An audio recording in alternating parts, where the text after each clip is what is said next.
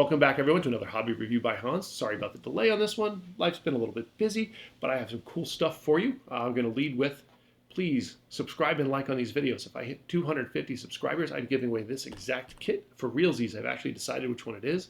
This is the RDuck Locomotive Works Portland, Maine 044. This is a really cool kit. I want a bigger one. So I'm going to give you this one. I'm going to buy myself a bigger one because these kits are cool. These kits are cool. The company is cool. There's nothing I don't like about these kits, really. They are, as you can see, they are locomotive kits, but not just locomotives. So they also offer, of course, steam locomotives in a huge variety, from little guys like this up to much bigger ones. Also diesel locomotives, electrics like trolley cars, speedsters, a lot of rolling stock, things of that nature. And they're all laser cut wood kits. And I had about an hour interview with Trip Quadro, who runs the company, on Thanksgiving evening. Well, honestly, I think dude's a train nerd. He is a train nerd. He enjoys talking about what he does. He enjoys making these kits, and it shows both in his enthusiasm during the review, but also the kits that he has. I mean, the way these kits are done, and I'm going to move this out of the way here because it blends in really nice with my hands. It just looks really weird. I'm going to move that over there. I'm going to move this over here so we're not, like, getting all handsy there. You can tell this is a company from somebody that really enjoys what they're doing, and they have a very good technical knowledge and historical knowledge of what they're building.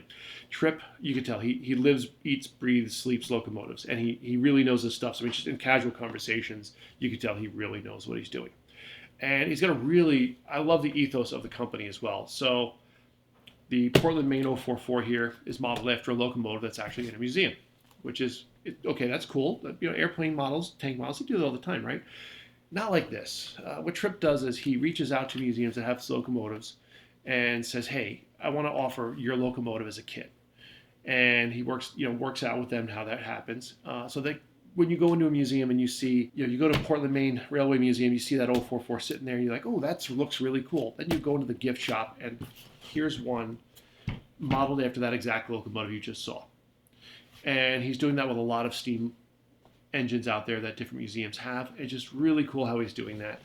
And these kits are fantastically well designed. They're well built. Like I said, they're not scale models, so I'm not going to rank them the same way. I'm not going to opinionate myself on them the same way. I'm going to rate these for what these are, which are, they're display models. Yes, they're not true scale models in a sense. So it's kind of like a hybrid between different genres there, but they're cool. They're really cool. So the 042 here, this is one of his standard scale kits. Now, he doesn't scale them in a traditional sense, such as you have an O scale, HO scale, G, N, Z, what have you. He bases his kits off of the track gauge. So his standard track gauge is a 2-inch gauge. So a lot of his standard scale kits are going to fit the 2-inch track. Not all of them, though. There are some like 1.75-inch locomotives, things like that, particularly narrow gauge type stuff, just because in the nature of this, he has to make some allowances for that as well. Because what he wants to do is, now this came with one section of track here, but there's actually two more that I still have in the box I haven't built. So it came with 3 sections of track, but he wants them to be track compatible with each other, and they're not going to be like true scale, and they're not going to be like exactly the same scale from kit to kit, but they're going to proportion themselves very well. So you're going to still get the same look and feel for what a bigger locomotive is, what a smaller locomotive is. And this one here, this is one of the smaller ones in the lineup, the 042. It goes up to like a 484 Mikado, I think is the biggest he has. He might have some other stuff in that size range in the standard scale. So you're going to look at, probably about this big, I'd guess. That's standard scale. He also has a super scale. Now, as I mentioned, he bases it off the track gauge, right? It's a 2-inch track. A 2-inch gauge track. His super scale basically doubles that. So what would normally be available in a 2-inch standard scale would be available in a 4-inch super scale, which means some of the bigger locomotives, I think it says it's like 7 feet long, which is really cool. Of course, as he admitted, it's a niche customer that would want something like that, but they do sell from time to time. But another cool thing, so these are all made to order. There's not something that you're going to find at a hobby shop and sitting on the shelf. You order you get them at the gift shop of the museum that would feature that particular locomotive, or you order direct via Etsy, which is, he's got a lot of kits. Apparently he's putting out a new kit like every couple of months. Depending on the locomotive that he's doing, if he's working with a museum and the information lines up nicely, he could go from concept to production in just like 2 or 3 months, which is really, really cool. And also because of that, though, you don't have to worry about like, oh, is this one available from this run? Is it out of stock? Blah blah blah blah. No, the only time he really discontinues kits, from what he was saying, is if there's a fault with the kit that he can't rectify. But even then, with the few cases that's happened, he's tended to re-release in a newer version that resolves those issues. So you don't have to worry about, oh, you don't have to rush out to get every kit because they're limited edition or anything.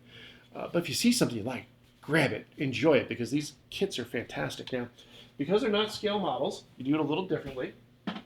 Give me a moment here. My personal recommendation is Titebond 3 for a glue. There's most any wood glue is fine. Also, like a lot of white glues, like tacky glues, things like that. Like the ubiquitous Aleene's tacky glue here in the clear version, but there's also the brown bottle version. Would work well for that also. But like I said, my recommendation here is the Titebond 3, just because it brushes on well and things like that. But these kits are just cool. Now, they're not powered kits, but they're not really static kits either. It's hard to kind of see when I'm moving it here because I don't have much of a track section. But all your wheels move, and you can actually, all the linkages and everything is tied through the way it would present in a real locomotive. So you have your piston moving in and out, your linkages moving along with the wheels. And this is one of the simpler kits, but apparently on the larger kits, which is one reason I want to get myself a bigger one, is Tripp was saying that we hit about the $100 price point on them. He starts geeking out. He starts geeking out and adding weird little obscure features in these kits of things that move, manipulatable. That's a new word. He starts adding things that you can manipulate into the kits, and he starts having a lot more fun with them when they start to get bigger and more complex because he's a train nerd, and that's how it is. But like I said, huge selection of steam locomotives. They do have diesels available, like the GP9 looks really cool. I know there's some other videos on YouTube that shows that. But anyway, let's crack open a box here, show you what the inside of the Portland, Maine 044 looks like. So here we have the Portland, Maine 044 by RDuck Locomotive Works. Now, I will say, if you are sensitive of nose, this step might be a little much for you, because all the laser cut wood kind of, well, it gets a bit much. But some of the, like I said, the cool railroad nerd type stuff in here. Start off with, they all come with a blueprint, which is all generated from the CAD files of his design work here, which shows that, the 2-foot gauge 044 number 9, Portland, Maine, gives some information about the kit. This is something, I mean, realistically, you could frame this thing. This is cool enough that I might actually do that in some places. You also get your born on date here. So build order number. So there's your order number. There's the date it was built, what it is, and a little bit of handwritten thank you from Tripp right there on the bottom. And instruction wise though, instructions are online. Now they're very good instructions. I would show them to you. I don't know how to do that with my current filming setup. So, but typically all the instructions for these kits are online. That way he can make adjustments to them as necessary, because he is very conscientious of how these kits present to his customers. And if he finds errors in the instructions, he corrects them. It's something actually he takes pride in, is the fact that he's always trying to provide the best product he can to his customers. And like I said, it really shows. Business card in there as well. And with the QR code, if you want to scan the QR code there, get you logged into where you can get stuff. Anyway, laser cut kit here. Like I said, it's one of those that you could just unwrap this. I think it's just wrapped, but I will save time and use the X-Acto knife to cut this open. This is this much laser cut wood in a kit. It does have a strong smell. If you like the scent of this kind of stuff, you're gonna love it. If you don't like the scent, you're not gonna love it. A cool thing here, and again, this is something, this is unique to this kit. You can customize the markings on your kits. So what we have here, we have, not a real railroad, we have Hobby Reviews by Hans. And the number 104, because that's the number I use when I go out in the autocross. But you're gonna have a stack of wooden sheets here. They're all gonna be the same size sheet, as you can see, all one size per kit, which is sized very well to the box. I haven't actually counted these yet, how many are in this particular kit. We have 1, 2, 3, 4, 5, 6, 7, 8, 9, 10, 12 sheets here. And because it's basically the same type of stuff, it's not like a plastic kit where I'm going to show all sorts of weirdness in there. But you have all these sheets here for the various sections of the locomotive. With the laser cut, some of the sheets are going to have additional detail here, such as you have your grates that are laser etched into there. You have a lot of your rivet work, your paint marking numbers, a lot of rivet work, things like that. So he does add a lot of detail in there as he goes. And the way a lot of these kits build up is just by stacking stuff up. So sort of, I'll show you what I mean there. So like you have on your front of your boiler here, you have all these sections here. They're going to layer up sort of in a stack like here to build up a lot of your componentry like that. And all these strips here, they're going to go around your boiler sections. So you build up the roundness of your main, you know, I'm not enough of a trained guy to know the name, but basically the round body here is made up of individual strips that are laid down there. Depending on the kit, you have more and more of that. Now, one of the things I found out later on, you're going to see there's a lot of round pieces, like a lot of circles. So what you're looking at when you look at your instructions, you're going to notice, where's a good example? Here we go. This one here has a couple of extra holes there on it.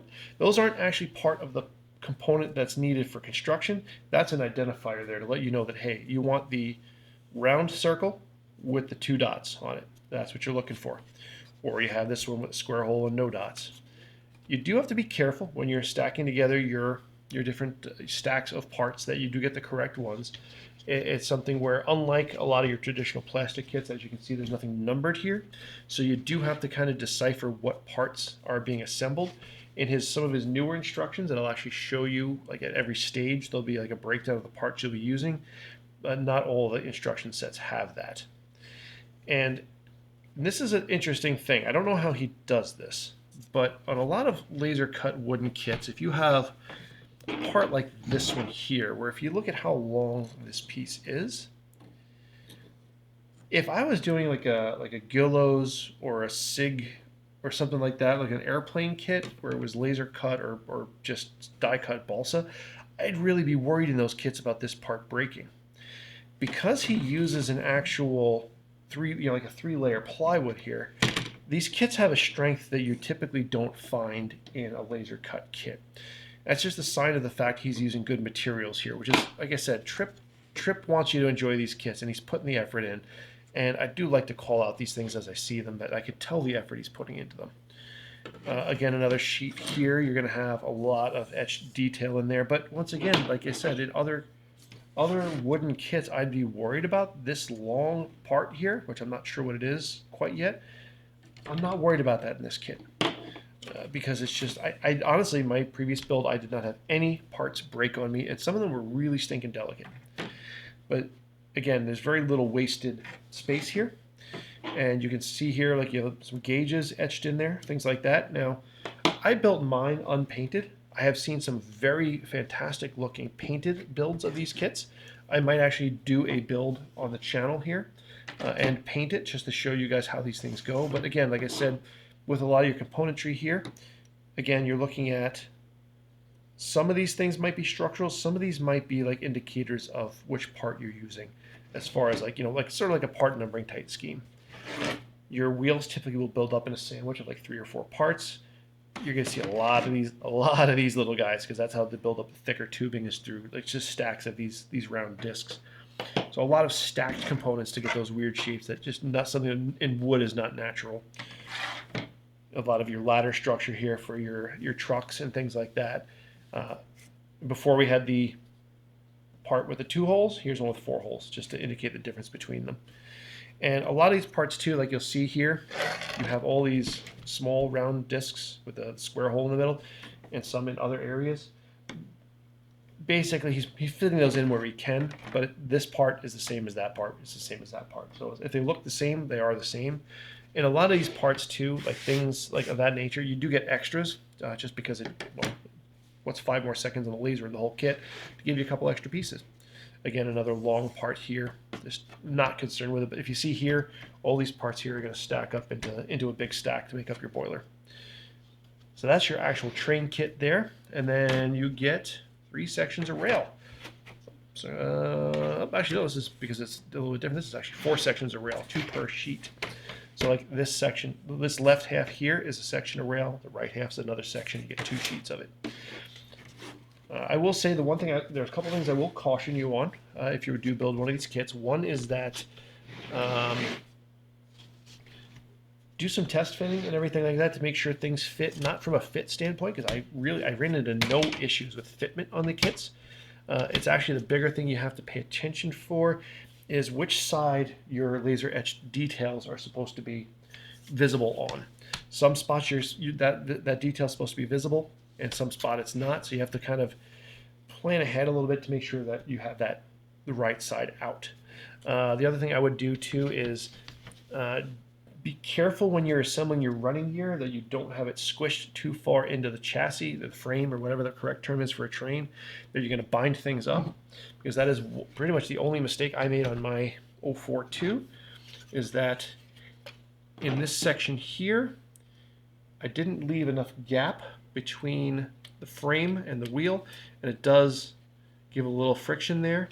The other thing too is I did find there is some, because of the looseness in some of the other areas, I might not have done something right in here, but it kind of a little bit of slop in there makes it a little difficult to turn properly. But like I said, you want to definitely keep an eye out where all your additional etched detail is going to be on the outside.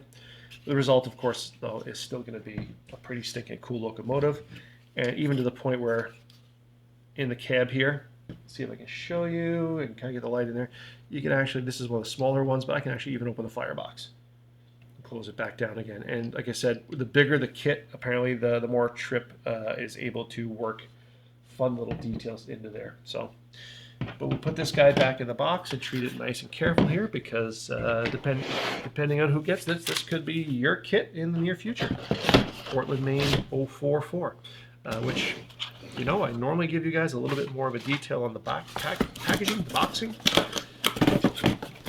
It is a fairly standard box. There's a couple different sizes, but the artwork is sort of a generic for whatever he's doing at the time, but very distinctive look. There is Trip right there. Honestly, that smile on his face is the same smile that's on his face whenever you get him talking trains. And on the end here, you will have what your kit is. That's it, Portland, Maine 044. Handwritten, which, you know, you could tell he initially put 042, then oops to put the 044. But the kit is the correct one. But yeah, I can't recommend these kits enough if you're creating trains. So let's get back to the recap and we'll get back to finishing this up now. So if you can't tell, I'm enthusiastic about these. No, they're not scale models, but that's why I do hobby reviews by Hans, and I'm going to do other hobby stuff here from time to time as well. What these are is they're not a competition type of model build. They're not a scale model. But they're still, I would consider these a model of a type. And they're fun. And for a fair price, okay, I'll be honest, on a single tank kit, 1/35th scale, I've spent more money than I did on both of these. And look at this thing. For a small locomotive off the lineup, this is a chunky boy. You could very easily take up your entirety of your shelf at a decent price with a big-ass locomotive and not feel bad about it, because these are so stinking cool. Now, like I said, I left this one unpainted because I like the look of it, but I could paint this guy too, which I'm probably going to paint up one at some point. I'm going to build more of these kits. I'm going to enjoy building. I'm going to build one of these kits on the channel so you guys can see how much fun I'm having building this kit, because this is why we build. This is why we have a hobby, is to enjoy ourselves. Now, yeah, this isn't a kit I'm going to take to a competition. This is a kit I'm going to put on my shelf, because this is a kit I want on my shelf, because I want a big-ass locomotive on my shelf to look at because they're cool. Sometimes you got to do that. Sometimes you got to do the fun thing for yourself because you deserve it. Okay? Go on to Etsy. Go onto the website, RDuck Locomotive Works. Buy one of these kits. If you're a casual model builder, if you're a beginner model builder, these are top tier things. I'm not going to put them in my regular scale because it doesn't equate properly, but these are worth building. Now, My camera light just died. That's the third or fourth battery I've had die on me this time, so I'm finishing this take. As I said, RDuck Locomotive Works. Tell Trip that Hans sent you. Buy a kit, enjoy a kit, and have fun with it, because that's why we do this. Until next time, take care.